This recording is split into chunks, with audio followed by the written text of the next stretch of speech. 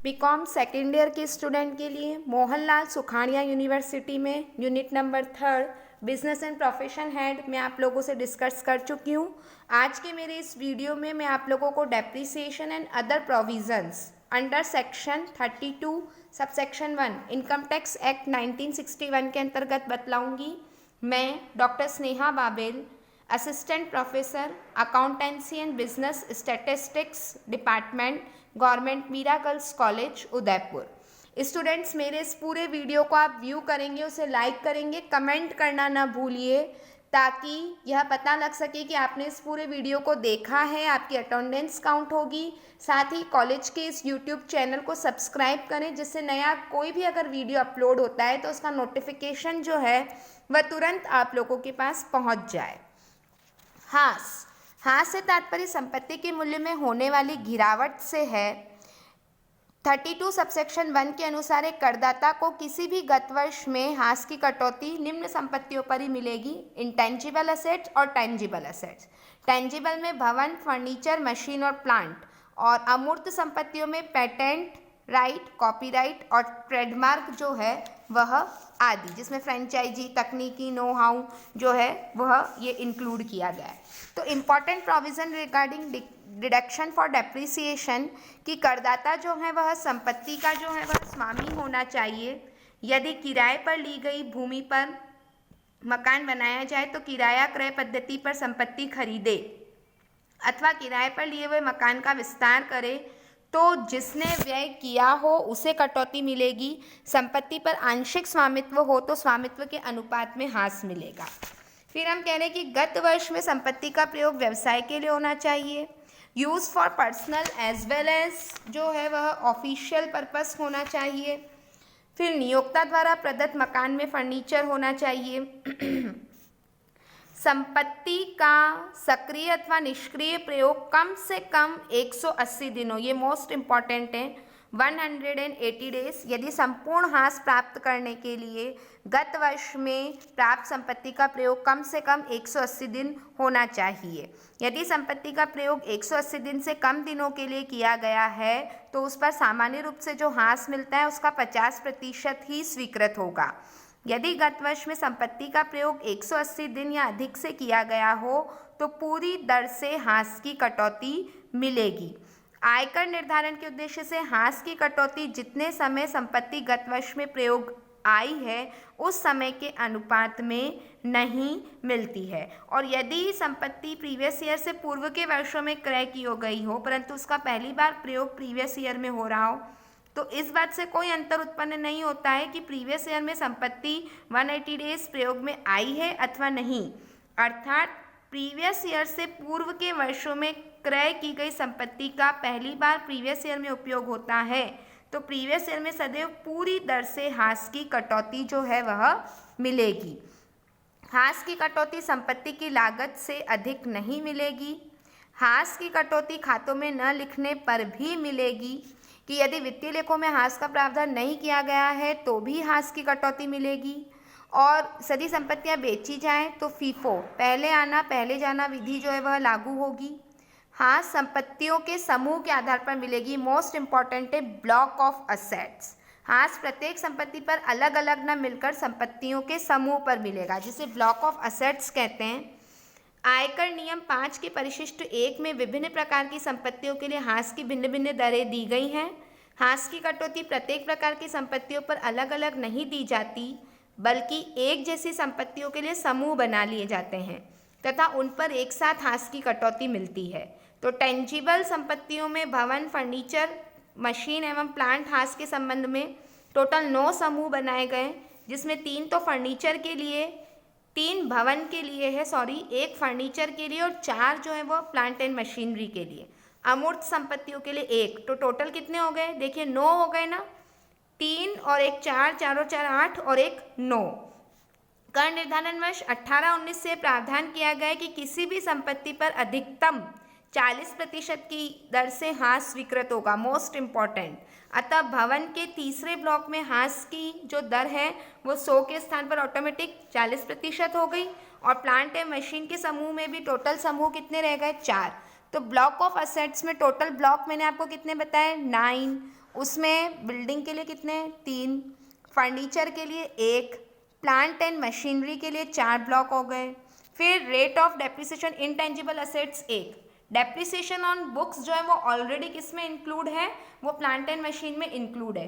तो बिल्डिंग पे यदि मुख्यतः कर्मचारियों के निवास हेतु 5%, व्यवसाय हेतु प्रयुक्त भवन है तो 10%, और विशेष उद्देश्य हेतु प्रयुक्त भवन जिसमें टेम्परेरी जो है वह अगर कंस्ट्रक्शन होता है तो 40% की दर है। फर्नीचर पे सिर्फ एक ही दर है 10%, प्लांट एंड मशीनरी पे 15% की दर है, और अधिक से नहीं दी गई हो तो 15% की दर ही स्वीकृत होगी, और अधिकतम 40% जाएगी। तो 20% जहाज के लिए, टैक्सी और मोटर बस के लिए, सेमीकंडक्टर उद्योग के इंटीग्रेटेड सर्किट बनाने हेतु मशीन और प्लांट के लिए 30%, हवाई जहाज एवं हवाई इंजन के लिए 40%, कांच अथवा प्लास्टिक के मर्तबान के लिए 40%, कंप्यूटर सॉफ्टवेयर के लिए 40%, विशेष प्रकार की मशीनों और प्लांट के लिए 40 होता है। डेप्रिसिएशन ऑन बुक्स जो कि प्लांट एंड मशीनरी में इंक्लूड है, इस पर 40% है। पहले 100 था लेकिन अब दर मैक्सिमम 40% हो गई है, चाहे यह पेशेवर व्यक्तियों द्वारा क्रय की गई हो या अन्य व्यक्तियों द्वारा, चाहे पुस्तकें किराए पर दी जाएं या न दी जाएं।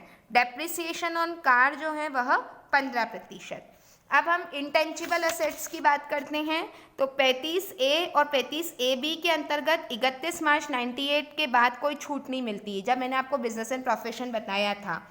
तो rate of depreciation on intangible assets जिसमें copyright, patent right, trademark, licence, franchise, तकनीकी ज्ञान, किए गए पूंजीगत व्ययों के संबंध में 25% की जो दर है वो मैक्सिमम मिलेगी। डिडक्शन फॉर एडिशनल डेप्रिसिएशन, अतिरिक्त ह्रास की कटौती केवल निर्माणकर्ता को मशीन एवं प्लांट पर मिलती है। अतिरिक्त ह्रास, एडिशनल डेप्रिसिएशन सिर्फ मशीन एवं प्लांट पे मिलेगा, और एडिशनल डेप्रिसिएशन की रेट 20% है। मशीन एवं प्लांट की लागत पर 20% की दर से जो है यह मिलेगी। चाहे उद्योग की स्थापना कभी भी हुई हो, क्रय किए गए प्लांट की लागत पर अतिरिक्त ह्रास मिलेगा।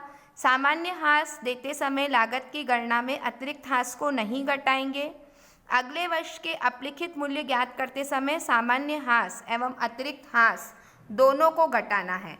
तो निर्माणकर्ता, मैन्युफैक्चरर, प्रोडक्शन होना चाहिए, किसी आर्टिकल या थिंग का निर्माण होना चाहिए, तो एडिशनल जो है वह डेप्रिसिएशन मिलेगी। और यदि 180 दिन से कम दिन मशीन प्रयुक्त होने के कारण अतिरिक्त ह्रास केवल 10% की दर से मिला हो तो शेष अतिरिक्त ह्रास की कटौती तुरंत बाद के वर्षों में मिलेगी। यदि गत वर्ष में कोई नई मशीन खरीदी हो तो परंतु साथ ही प्रीवियस ईयर में कोई ओल्ड मशीन भी बेची हो तो उस मशीन को बेचने से प्राप्त राशि मशीन समूह के प्रारंभिक शेष व नई मशीन की लागत के योग से भी अधिक हो, जिससे कि मशीन ब्लॉक का शेष ऋणात्मक हो गया हो, तो भी अतिरिक्त ह्रास की कटौती मिलेगी। लेकिन उस केस में जो सिंपल डेप्रिसिएशन है उसकी कटौती नहीं मिलेगी। यदि कोई प्लांट या मशीन प्रीवियस ईयर में क्रय करके प्रीवियस ईयर में ही बेच जाए तो उस पर एडिशनल डेप्रिसिएशन नहीं मिलेगा। अब स्टूडेंट्स इंपॉर्टेंट जो प्रैक्टिकल पार्ट है, स्टेप्स फॉर कंप्यूटिंग अलायबल डेप्रिसिएशन, क्योंकि मैंने अभी आपको इसमें 9 ब्लॉक्स के बारे में बताया, ब्लॉक ऑफ असेट्स। तो सबसे पहले finding out written down value of assets in each block, फिर add assets purchased in each block during the previous year. Assets purchased during previous year will be added only if it is used in business during the previous year. Subtract assets sold during the previous year out of relevant block. तो सारांश रूप में किसी भी समूह की संपत्तियों के लिए जो ह्रास की कटौती है वह तभी मिलेगी जब एक तो समूह में क्रय विक्रय के बाद में धनात्मक शेष हो, पॉजिटिव शेष होगा, और समूह की संपूर्ण संपत्तियों का विक्रय न किया गया हो। ब्लॉक ऑफ असेट्स में आपको डेप्रिसिएशन की छूट तभी मिलेगी जब ब्लॉक ऑफ असेट्स का नेट बैलेंस पॉजिटिव आएगा और सारी ब्लॉक ऑफ असेट्स की सारी संपत्तियां जो है वह न बेची गई हो, अर्थात कुछ संपत्तियां भौतिक रूप से मौजूद होनी चाहिए। क्योंकि समूह की समस्त संपत्तियों का विक्रय ऋणात्मक शेष हो, धनात्मक शेष हो, समूह की कुछ संपत्तियों का विक्रय ऋणात्मक शेष हो और धनात्मक शेष है, तो यह ध्यान रखेंगे कि संपत्तियों का प्रयोग 180 दिन से या उससे अधिक रहा हो, क्योंकि ऋणात्मक अगर शेष आता है तो हास की कोई कटौती नहीं मिलेगी। और फिर नेगेटिव जो आया है उसको कैपिटल गेन वाले हेडिंग में हम शॉर्ट टर्म कैपिटल गेन के रूप में क्या करेंगे, टैक्सेबल करेंगे। पॉजिटिव होगा तभी वो बिजनेस एंड प्रोफेशन में जो है वो चीज़ आएगी, इस बात का स्टूडेंट ध्यान रखेंगे। और समूह के लिए फिर निर्धारित दर से हास की गणना भी करनी है। ये सारे एडजस्टमेंट आप कर लो, फिर वर्ष के अंत में शेष रही संपत्तियों पर उस समूह में निर्धारित दरों से हास लगाया जाएगा। यदि कोई संपत्ति प्रचलन से हटा दी गई हो, बेच दी गई हो या नष्ट हो गई हो या चोरी चली गई हो, तो ऐसी संपत्ति के मूल्य को समूह की कुल राशि में से घटा देंगे। अर्थात इस प्रकार की संपत्तियों पर भी कोई भी हास जो है वह स्वीकृत नहीं होगा।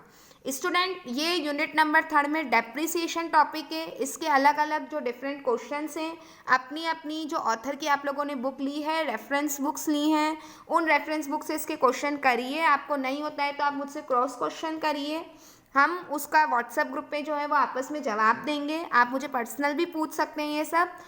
लेकिन स्टूडेंट्स, आप इसके नोट्स प्रिपेयर करिए, क्योंकि इसके बाद अब मैं आपका यूनिट नंबर 3 का next topic income from capital gain, पूंजीगत संपत्ति से आय जो है वो लूँगी। Today's assignment for student, explain the deduction allowed to an assessee in respect of depreciation in the calculation of profit and gains of business और प्रोफेशन अंडर सेक्शन 32, ये रॉन्ग लिखा हुआ है, under section 32 subsection 1 of income tax act 1961, क्योंकि depreciation के लिए section कौन सी लगी है, अलाउएबल जो है वो 32 सबसेक्शन 1 के अंतर्गत।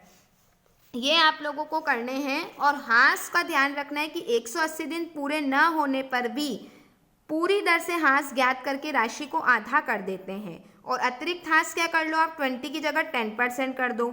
और प्रभाव दोनों का क्या होता है, सेम। यदि हास की कटौती कम से कम 180 दिन तक मशीन का प्रयोग न होने के कारण आधी दर से मिलती है, तो कम दर से मिलने वाले हास का आगामी कर निर्धारण वर्ष में कोई लाभ नहीं मिलेगा। यदि अतिरिक्त हास की कटौती 20% की जगह 10% से मिली, तो शेष 10% की दर से अतिरिक्त हास की कटौती तुरंत बाद वाले कर निर्धारण वर्ष में मिलेगी। Thank you students.